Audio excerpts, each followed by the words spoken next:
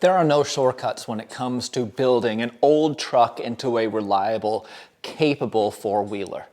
If you are looking for an easy path, the dealership has tons of brands and manufacturers that make great off-road vehicles. But I don't think that's why you are here. You have a desire for something different. You have a desire for something unique, something that you can shape and mold with your own hands. What began as a thought exercise, how would I build another square body if I was to start over, has developed into a full-on build. And I'm stoked to say that the K30 Burb is about to kick off. All the major pieces are in place. With the K30 Burb, I knew I wanted something that was going to be really reliable, really durable, functional, and simple. And so I've landed on a 5-speed, 1-tons diesel, and I can't wait to start throwing all the parts into this thing. With a build of this magnitude, it's important that you have a concrete plan, a build blueprint, if you will. Far too often, I see people beginning projects with no real clear end game, and then they get distracted, sidetracked, discouraged, and they throw in the towel, and you end up seeing their project for sale on Craigslist. I don't want you guys to be one of those dudes. I want you to finish what you started. The benefit that you will get from finishing a build of this magnitude is so valuable. You're gonna learn a ton about yourself and your ability to commit and see things through. Now, although it doesn't seem like I've done much on the Suburban, this build has been going on for several years. You see, you can't really start a build until you have the foundational pieces. Power plant, drivetrain, axles, and the truck itself. To make it easier for myself, I break my builds down into about half a dozen different projects. And each one of these projects will have sub-projects underneath those and then sub-projects underneath those. But at least I've got these 6 or so buckets that allow me to put the work that I'm doing into one of them. Generally, that's going to be broken down into like tires, wheels, and suspension. Then I'm going to have a powertrain, the engine, the transmission and transfer case, and the running gear, axles and drive lines.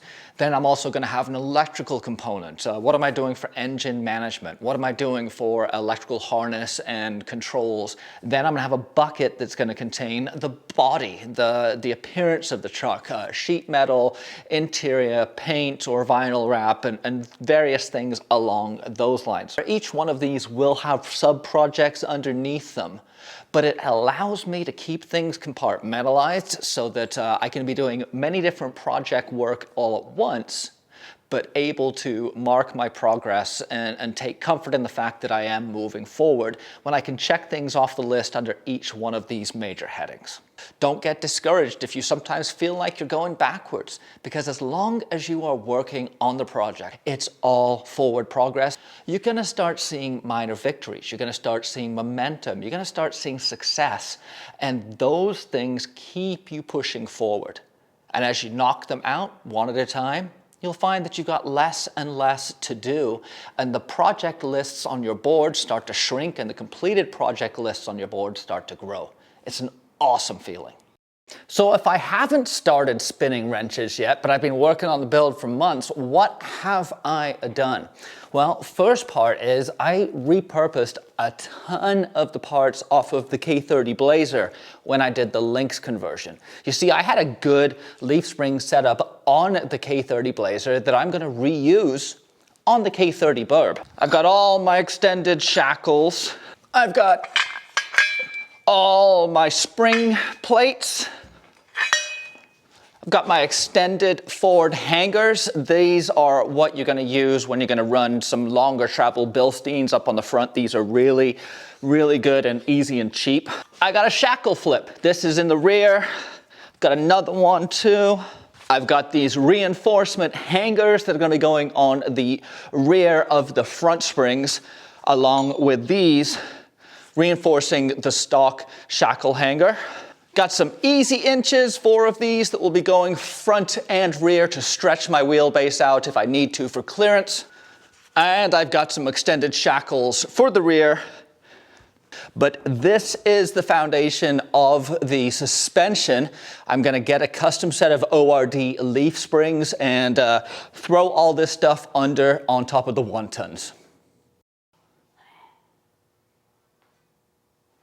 Agan Fabworks sent me their Cummins crossmember conversion. This is the crossmember and engine mount kit. This is the unwelded version. They sell one in a welded version also. Ryan is a die-hard square body guy who has been building killer trucks for years. He was an alternate on Top Truck Challenge, and I was always rooting for him because he was a local guy, young dude who built his truck, had a tremendous amount of skill and talent, and was able to take that thing out and run with the big dollar operations. So thank you to Ryan for sending this kit to me. I'm looking forward to getting this thing welded in and stuck in the Suburban so I can drop the Cummins in. So when this thing arrived, I didn't waste any time, but took it all apart, hit it with the flap disc, hit it with the belt sander, got all the mill scale off, and got this thing ready to go in. That's one of the ways that I keep productive. As a part arrives, and I know I'm gonna need it, and it's gonna need some work, I will do all the work I can beforehand. So I'm not wasting time when it does come to start bolting things in. The way my brain works is I process things visually. So if you're like me, a whiteboard can be a huge help. I don't really worry about what I write on the whiteboard at the first go. In fact, I'm actually just gonna let my brain dump what I'm thinking up here. I'll then take a picture of what I've written up, save that picture to a notes folder on my phone so I can refer to it, and then try and refine the ramblings of a madman down to something that is more digestible. This way I can choose to have a whiteboard that's specifically focused on the powertrain, so I can itemize all my to-do, my questions, my unknowns, take a picture of it and be able to refer back to it. That helps me to basically weed through all the noise and find the things I still have to do. It's also helpful in the fact that I'm able to weed through the noise and see what I've accomplished.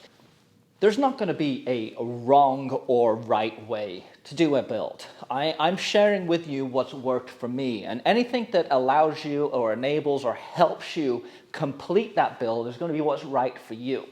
I've refined my particular style over the 7 years I've been building this, and for the last couple of years that I've been collecting and scheming on the K30 Burb, I've employed this whiteboard and build blueprint list to help me stay organized, to help me stay on task, to help me not miss any crucial details, or hopefully not get hit with any hidden costs and surprises when it comes time to put all this together.